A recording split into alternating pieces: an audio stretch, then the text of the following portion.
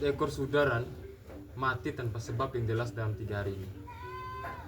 Bahkan si coklat yang paling sehat ini aja sekarang udah gak mau makan. Kayaknya ini bukan demam biasa deh mas.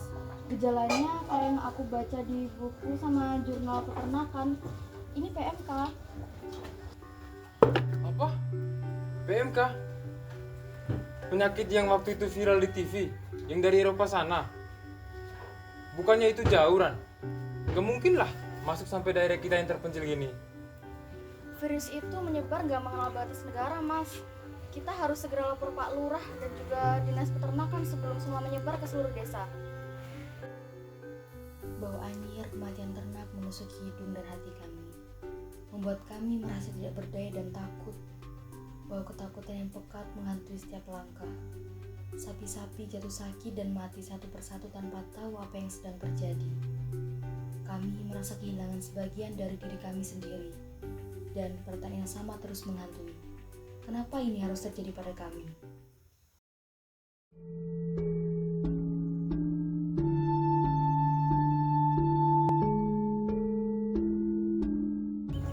Halo Nak, Rani, Mas Tommy, mau kemana?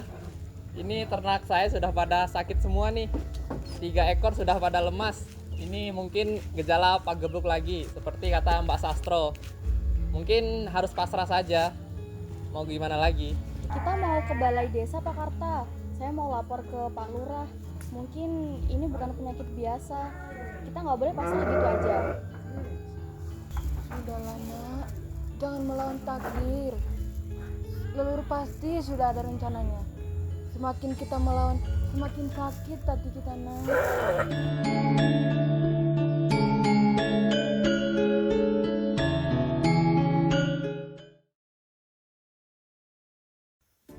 Suara riuh warga desa yang penuh keluh dan cemas memenuhi balai serbaguna, membuat balai yang kecil ini terasa padat ditambah dengan suasana panas dan sesak. Saya tahu keadaan sekarang memang tidak memungkinkan, tapi kita duduk di sini untuk mencari solusi, bukan hanya sekedar menjebak satu sama lain. Solusi apa Pak Lurah? Sapi saya udah 4 ekor, mati semua. Sekarang tinggal sisa 2. Itu pun sudah nggak mau makan lagi dan hanya berbaring saja. Saya sudah tidak mau apa-apa lagi Pak Lurah. Udah 2 hari Pak Lurah, anak saya tidak minum susu. Stok kami sudah habis. Sapi-sapi kami juga udah lemas Pak Lurah.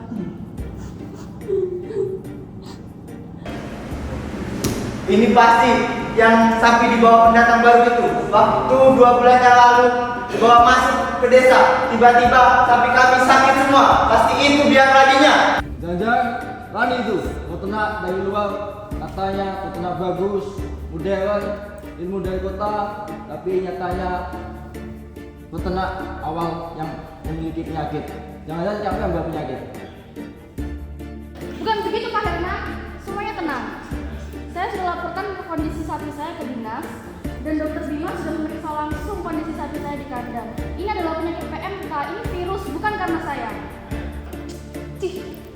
PMK, kamu tuh baru lulus, jangan sok tahu. Sudah saya bilang kalau desa ini tuh kurang ritual, kurang slametan, biar bersih ini desanya. Iya, Bu Siti benar. Dulu di desa ini ada wabah. Setelah itu kami bersama-sama menuju ke makam keramat. Setelah itu sembuh. Kita harus kembali ke tradisi awal. Jangan lupakan adat. Mohon tenang bapak-bapak, ibu-ibu. Ini bukan masalah sepele, ini masalah nyawa ternak kita. Jadi biarkan Pak Dokter yang menjelaskan dengan bahasa yang bisa dipahami. Jangan saling menyalahkan. Bapak-bapak, ibu-ibu sekalian, jadi PMK ini adalah penyakit yang viral, bukan disebabkan oleh kutukan maupun santet. Gejalanya bisa dari demam yang tinggi, lalu muncul lepuh-lepuh di bagian mulut, mirip seperti sariawan besar. Dan di bagian kuku itu terdapat luka-luka, sehingga hewan menjadi pincang dan tidak mau makan. Dan yang paling penting, virus ini menyebar secara cepat, mulai dari kontak langsung, udara, bahkan alat-alat yang terkontaminasi. Seperti itu. Cepat, bagaimana dok? Warung saya sudah sepi, pembeli sudah tidak ada yang mau beli daging sapi maupun susu. Perut sudah tidak bisa menunggu. Bisa-bisa saya bangkrut ini. Lalu, apa yang harus kami lakukan dok? kami hanya peternak kecil, tidak punya banyak modal untuk obat-obatan. Kami hanya bisa memerah saja, Dok. Pemerintah kemana saja? Jangan diam saja melihat rakyatnya sengsara seperti ini. Percuma kita bayar pajak tahunan. Masalah seperti ini saja tidak ada solusinya. Mana bantuan yang dijanjikan? Mohon izin Bapak, Ibu-ibu, mohon tenang. Kami dari Dinas Peternakan itu sudah bergerak sejak laporan pertama. Kami sudah menyiapkan protokol penanganan darurat. Ada program vaksinasi dari pemerintah pusat. Ada juga Vaksinasi apa lagi, Pak? Apa yang perlu divaksinasi lagi? Sudah telat, sudah cukup. Tapi saya sudah banyak juga. Terus apa gunanya vaksin lagi, Pak? Mohon Pak penjelasannya supaya dari pemerintah ada solusi apa? Karena kami juga di sini sangat dibutuhkan. Bukan hanya kami mau tunggu saya. Apa mau tunggu sih, Pak? Apa yang bisa Bapak berikan dengan penjelasan kalau tidak ada bukti seperti ini, Pak? Pak, kalau dimusnahkan apakah ada ganti ruginya? Kompensasinya apakah cukup untuk mulai lagi? Ganti ruginya dari mana? Belum tercair. Sapi nyawa kami. Kalau sapi-sapi dimusnahkan, lalu anak kami makan apa? Omong kosong. Tapi kalau dibiarkan habis, kita bisa makan apa? Semua bisa pengangguran kalau peternakan kita hancur. Nanti virusnya menyebar ke manusia tidak? Keternak kami yang ada di dekat kandang, kami juga takut mau ke kebun. Aduh Pak, saya ini loh pedagang di pasar. Kalau semua sapi pada mati, pada sakit, saya itu loh mau dagang apa? Omset saya itu loh udah turun drastis. Pembeli nggak ada yang mau ke toko saya. Apakah ada obat herbalnya, Dok? Soalnya kami tidak bisa menggunakan obat kimia secara terus-menerus karena obat kimia banyak mengandung bahan kimia dan tidak alami. Oh jelas, tentu ada Pak. Obat herbal bisa membantu daya tahan. Tapi kalau untuk virus yang utama yaitu vaksin dan manajemen biosecurity-nya, yaitu dengan cara menjaga kebersihan dan mencegah penyebaran. Biosecurity itu apa, Dok? Kami warga desa tidak memahami bahasa dokter. Tolong dokter jelaskan dengan bahasa yang lebih mudah dipahami. Rani, kamu yang tahu tentang masalah ini karena kamu yang memiliki ilmunya. Coba kamu jelaskan kepada masyarakat di sini supaya bisa menyelesaikan konflik ini secara damai. Baik Bapak, Ibu-ibu, mohon kerjasamanya untuk hadir di Balai Serbaguna. Saya dan Dr. Bima akan menjelaskan mengenai PMK.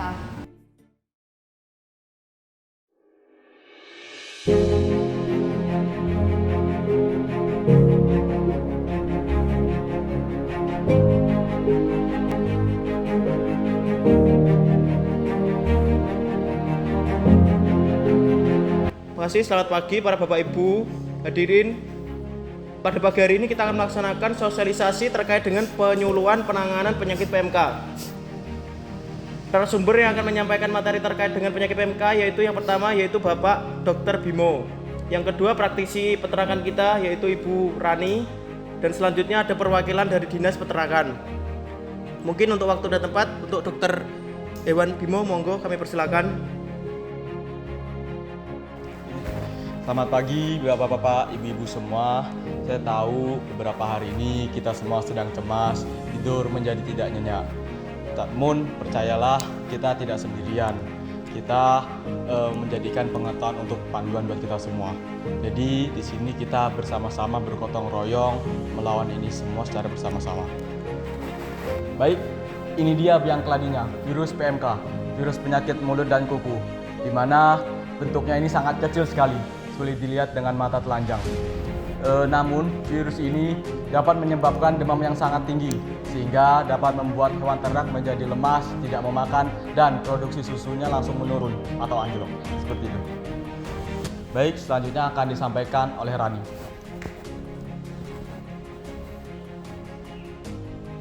Nah, gejala utamanya Bapak-bapak, Ibu-ibu perhatikan baik-baik. Yang pertama, sapi akan mengalami demam, lemas, dan tidak mau makan. Kemudian seperti gambar kedua dan ketiga, pada sekitar area mulut sapi akan terjadi lepuh-lepuh seperti sariawan besar. Dan air liur sapi menetes terus-menerus. Kemudian yang terakhir, yaitu muncul luka-luka pada sekitar area kuku dan juga kaki. Nah, ini bagian pentingnya, bagaimana cara virus ini menyebar dengan sangat cepat. Yang pertama, kontak langsung antar sapi, di mana antara sapi yang sakit dan sehat itu melakukan kontak langsung. Lalu yang kedua, udara di lingkungan kandang, seperti udara kotor yang terbawa angin sejauh beberapa kilometer. Dan yang ketiga, dari peternak maupun lingkungan kandang. Kadang kita lupa dari tangan, pakaian, terus lalu dari alas kaki maupun alat-alat kandang yang kotor. Itu dapat menyebabkan penularan PMK. Lalu jika terdapat sapi yang terdeteksi dengan virus PMK ini segera dipisahkan atau dikarantina agar tidak menyebar ke sapi yang sehat. Dok, mau nanya, berarti kalau saya dari kandang sapi yang sakit terus ke kandang sapi yang sehat, saya harus ganti baju ya?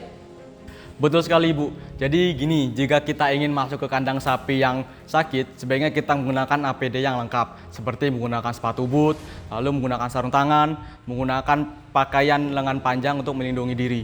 Lalu jika kita ingin masuki kandang yang sehat, kandang sapi yang sehat, kita harus menggunakan cairan desinfektan, di mana cairan desinfektan ini untuk mensterilkan diri agar tidak membawa penyakit ataupun virus yang akan dibawa ke dalam kandang. Seperti itu. Jadi itu poin pentingnya, Ibu. Nah, biosecurity itu artinya menjaga lingkungan kandang kita tetap aman dan bersih dari virus. Caranya gampang kok Bapak-bapak, Ibu-ibu. Yang pertama, kita bisa melakukan semprot disinfektan secara rutin di area lingkungan kandang kita. Yang kedua, kita harus memastikan kebersihan kandang termasuk mengganti alas kandang. Dan yang terakhir, kita menyediakan tempat cuci untuk tempat cuci alat-alat, tempat cuci tangan, dan juga tempat cuci kaki. Memangnya disinfektan itu bisa dibeli di mana aja, Dok? Kalau dari dinasnya habis, lalu kita mau beli di mana lagi? Di brosur yang sudah kami sediakan ini ada beberapa daftar toko yang menjual disinfektan, Bu. Nah, harganya juga terjangkau. Nanti kita bantu untuk mencari toko-toko yang terdekat. Jadi ini senjata utama kita, vaksinasi. Di mana vaksinasi ini mirip terhadap imunisasi untuk anak-anak. Jadi sapi yang sehat akan diberikan vaksin agar mempunyai kekebalan tubuh terhadap virus. Sehingga sapi yang sehat jika tertular pun tidak akan parah. Dan jikapun sapi yang tertular yang tidak divaksin akan lebih parah. Seperti itu. Jadi vaksinasi ini aman ya, Dok? Gak ada efek sampingnya ke sapi-sapi kita? Oh, tentu jelas aman, Bu. Jadi vaksin ini sudah teruji klinis dan terbukti efektif. Jadi vaksin ini dirancang untuk melindungi, bukan untuk merusak. Tapi vaksinasi juga kan janji pemerintah. Dulu juga katanya ada bantuan benih, tapi belum sampai ke kita. Pasti ini janji manis pemerintah saja kan? Ya Bapak, kami mengerti tentang kekhawatiran Bapak yang terpendam di masa lalu. Tapi kami pastikan program vaksinasi PMK ini didukung oleh pemerintah pusat dan juga pemerintah provinsi. Anggarannya itu ada. Kami akan memprioritaskan secara langsung terhadap desa ini. Pendataannya dan juga pelaksanaannya dilaksanakan secara transparan. Bapak bisa menyaksikan secara langsung. Dokter Rani, saya dulu emang nggak percaya tentang materi yang kalian berikan. Saya lebih percaya pada ritual yang pernah dilakukan pada desa ini. Tapi sekarang saya mengerti kalau materi yang kalian berikan itu bermanfaat bagi kami. Maafkan saya. Jadi kita harus patuh ya Pak Lurah, ikuti semua arahan ini tanpa terkecuali. Tentu saja Bu, bahwa kemajuan peternakan kita merupakan tanggung jawab kita bersama, sehingga kesejahteraan peternak merupakan tanggung jawab kita semua. Kalau begitu, saya akan siapkan warung saya lagi. Stok susu dan daging saya akan tambah, dan semoga warung saya cepat ramai. Nah, saya juga akan mulai mempersiapkan lapak daging dan juga susu saya di pasar. Kalau begini kan ada harapan besar. Saya juga udah rindu sama keramaian pasar. Saya masih punya banyak pertanyaan, Dok.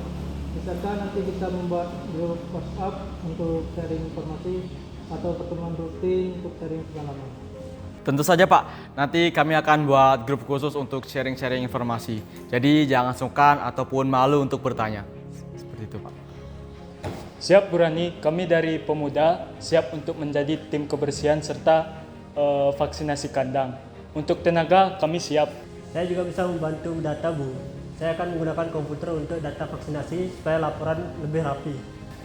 Alhamdulillah, semoga sapi-sapi kita sehat dan semoga anak-anak mendapatkan susu supaya bisa sekolah dengan tenang dan tidak kelaparan. Saya sangat bangga dengan desa ini. Saya yakin pemerintah kecamatan akan membantu dan mendukung program ini. Baiklah, kami juga akan membantu program sosialisasi kesehatan masyarakat terkait produk hewani yang aman dan cara mengolahnya. Jadi kita akan melakukan pengarahan pelatihan kebersihan juga. Jadi bapak-bapak, ibu-ibu juga tetap sehat semua. Oke, mungkin cukup sekian penyampaian materi pada pagi hari ini. Semoga apapun yang kita laksanakan pada hari ini bisa menjadi pemahaman kita terkait dengan penyebaran virus PMK dan cara mengatasinya. Mungkin sekian yang bisa saya sampaikan. Sekian, terima kasih. Selamat pagi. Harapan mulai bersemi di tengah keputusasaan. Kegelapan yang telah lama menyelimuti desa mulai terkuat. Kami telah menemukan kebenaran di balik kematian sapi-sapi kami. Dan itu bukanlah kutukan atau hukuman. Ada jawaban yang masuk akal sebagai solusi yang dapat menyelamatkan mereka. Dengan pengetahuan ini, kami memiliki kekuatan untuk melindungi sapi-sapi kami, memulihkan peternakan kami, dan membangun kembali masa depan kami. Rasa lega dan harapan memenuhi hati kami seperti cahaya yang menerangi jalan yang telah lama gelap.